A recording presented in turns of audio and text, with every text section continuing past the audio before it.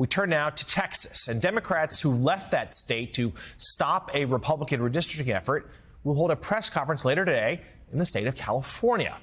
California Governor Gavin Newsom has announced that he and other state lawmakers will be the second state to host the Democrats who are breaking that quorum in Texas. Newsom is taking an active role in the fight, saying he would push for his reliably blue state to redistrict if Texas succeeds in switching 5 Democratic seats to Republican. Let's now bring in Democratic Senator Alex Padilla of California. He is a member of the Budget Committee, also ranking member of both the Rules Committee and the Judiciary Immigration Subcommittee. Also joining us for the conversation, NBC News national affairs analyst and a partner and chief political columnist at Puck, John Heilemann, and co-founder and CEO of All In Together, Lauren Leader. Our thanks to all of you for being with us, Senator, in particular you. So let's start with the situation there in Texas, this battle over redistricting. You know, these lawmakers are in your home state now, in California. Your governor has said that, look, if you redraw Texas, we'll do the same here. We'll dramatically increase potentially the number of Democratic seats. Talk to us about just how precarious political moment this seems to be for everybody. Right. No, and I guess precarious is a very good word. So let's actually put this into a bigger context, because it's not just about redistricting. And, you know, ideal scenario, Texas just stands down, and this doesn't go beyond that. How bad must it be? How bad must Trump and Republicans in Congress feel about their chances next November, right? You usually run on a legislative record of accomplishment, but their accomplishments have been what? Giving tax breaks to billionaires, cutting health care, trying to destroy the federal government as we know it, that their only chance of holding on to power in the midterms is to rig the election. The redistricting is just one piece. If you look at Trump's executive orders, if you look at legislation that Republicans have tried to push through Congress to make it harder for people registered to vote, to stay on the rolls, to cast their ballot. And then you couple that with what the Department of Justice is doing, trying to demand personal information of all voters in states across the country as a pretext for their voter purging. I mean, it's a perfect storm of rigging next November's election. So it's not just a redistricting fight in isolation. It's part of this desperate, hold on power. So, Senator, in this last week or so, since the story in Texas really moved to the forefront, I've talked to a lot of Democrats, and they seem to be of two minds here. Many of them are sort of have really prided themselves as being the party that plays by the rules, that's saying, look, this is how this system should work. You know, that to your point, if Texas were to stand down, none of this would happen. We should move back to where things were. And are queasy about changing the game, say in California and other blue states.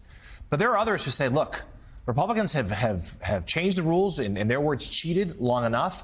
It's time to fight fire with fire. Where do you come down on this? What do your constituents say? Look, I'm in the fight fire with fire camp.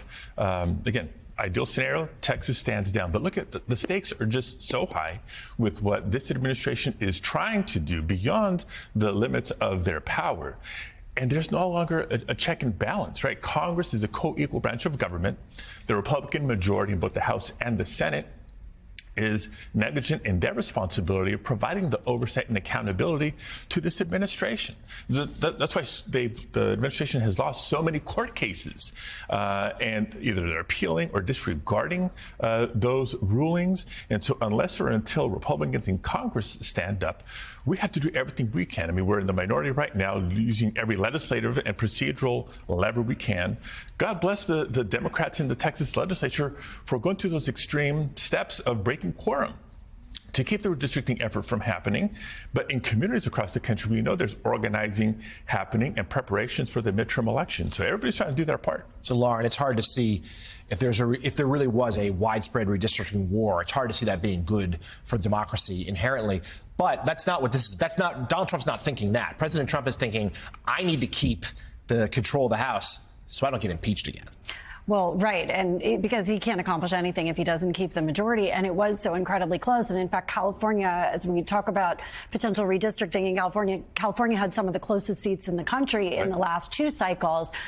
Senator, you know, when you look at polling over the last number of years that have asked Americans what they think of redistricting, most Americans sort of have a pretty vague idea of what it means. They don't really know what, I mean, I'm always amazed at how many of my very well-informed friends don't know what gerrymandering is really. So given how much else Democrats have to talk about to the American people, as you say, sort of prosecuting the failures of the the big beautiful bill, how do you talk about redistricting in a way that Americans are even going to understand? I mean, it's hard to feel like it's the most important thing right now, given how much else is at stake. But certainly many Democrats seem to feel it is, and it could be. Right, and it's usually not on anybody's mind, but for once every 10 years, right? We go through this exercise after the census using reliable data. But I do think people know, hey, the political stakes are high enough, and Republicans are trying to rig the system. They're trying to rig the rules by which next November's elections are going to play out. That is visceral because they see what Republicans are doing, cutting access to health care. They see what Republicans are doing with, you know, the Trump administration specifically on this unconstitutional, indiscriminate immigration raids that we see, especially in California. And all for what? Just tax breaks for billionaires? Their agenda is so unpopular. They know it. The American public knows it, and that's why the fight is on for next November. John Heilemann, it does seem this very quickly has become a storyline with significant stakes.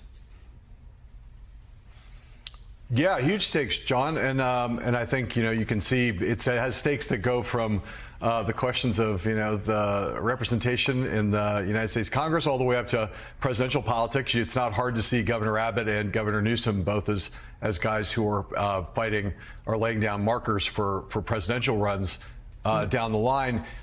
Senator Padilla, I got 2 questions for you. One's real practical. And one's a little bit more about principle. The practical one is there's been a lot of discussion in the last couple of days about the possibility of the FBI being deployed to try to bring these Texas lawmakers home. Governor Pritzker in Illinois said the FBI has no authority, and we are not going to turn over these Texas lawmakers. That's not going to happen in our state. Is that the posture you think that California should also adopt? That the FBI doesn't have any authority, and that California will protect these legislators if the FBI does come for them? Well, look, FBI, really? I mean, it's just the latest example of Donald Trump weaponizing the federal government, not just the Department of Justice, but the FBI specifically to pursue his political agenda. You know, to justify the FBI, what's been the federal crime? Has anybody said that a federal crime has been committed by anyone, let alone all of these Texas legislators? They're going to bat for their constituents is what they're doing. Donald Trump doesn't like that. And as we have seen, he'll do anything to try to quench dissent or anybody who disagrees with him or his agenda. So a senior FBI official who briefly served as acting director at the start of President Trump's current term has been fired with no explanation. That's according to 2 federal law enforcement sources. That official, Brian Driscoll, has made headlines when he resisted a Justice Department directive to turn over a list of agents who had worked on January 6th cases. The request for those names came from then Deputy Attorney General Emil Bovee, who wrote in a memo that the list would be reviewed for any firing or, quote, personnel actions. Driscoll's resistance has made him a hero within the rank-and-file members of the FBI, where there were fears that the list would be used to purge the FBI of agents who worked on January 6 cases. Driscoll had been with the agency for almost 20 years. His firing was disclosed in an email to his colleagues, which was read to NBC News. The FBI declined to comment. So, Senator, your thoughts on how things are playing out here? Yeah, look, not shocked. We've seen it coming, and this isn't the first instance of this disregard for justice and the independence, historic independence of the Department of Justice. I'm a member of the Judiciary Committee, and we've had a ton of confirmation hearings through the first half of this calendar year. The new administration's coming in. Who should be the Attorney General? Who should be the Deputy Attorney General? Who should be the FBI Director? And now Emil Bovee and other Trump nominees for judicial positions, district courts, appellate courts. Their refusal to these nominees to answer direct questions from Democrats, they danced around even something as simple as, will you uphold the rule of law? What would you do if Donald Trump asked you to do something illegal or unconstitutional? We know this was coming when Republicans in the Senate are just rubber stamping all these nominees. So it's sadly not a surprise. The American public needs to take note and keep this in mind when we go to the ballot next November. So is that where the recourse is, at the ballot? And what is it that you and your colleagues can do to amplify this and make sure people fully understand what you see as playing out here? What else can you do? Yeah, look, it's an all of the above approach. Again, in the Senate, leveraging what we can to try to slow things down. I mean, when the Republican majority in the Judiciary Committee was refusing to even debate or discuss issues about the Epstein files, for example, or to let whistleblowers come testify before voting on nominees. At one point, Democrats walked out of the committee to break quorum just to help highlight Republicans turning a blind eye to all these dangers, all these red flags. So there's the inside baseball in Congress. We're working with partners around the country, not just attorneys general, but other organizations to bring forth lawsuits when appropriate. So I got to imagine, unjustified firings within the Department of Justice, people have their rights to defend from their employment, and that'll rear its head. And yes, calling attention to it by every means, organizing communities around the country, because the November midterms are going to be here before we know it. Democratic Senator Alex Padilla of California, thank you very much for coming on the show this morning.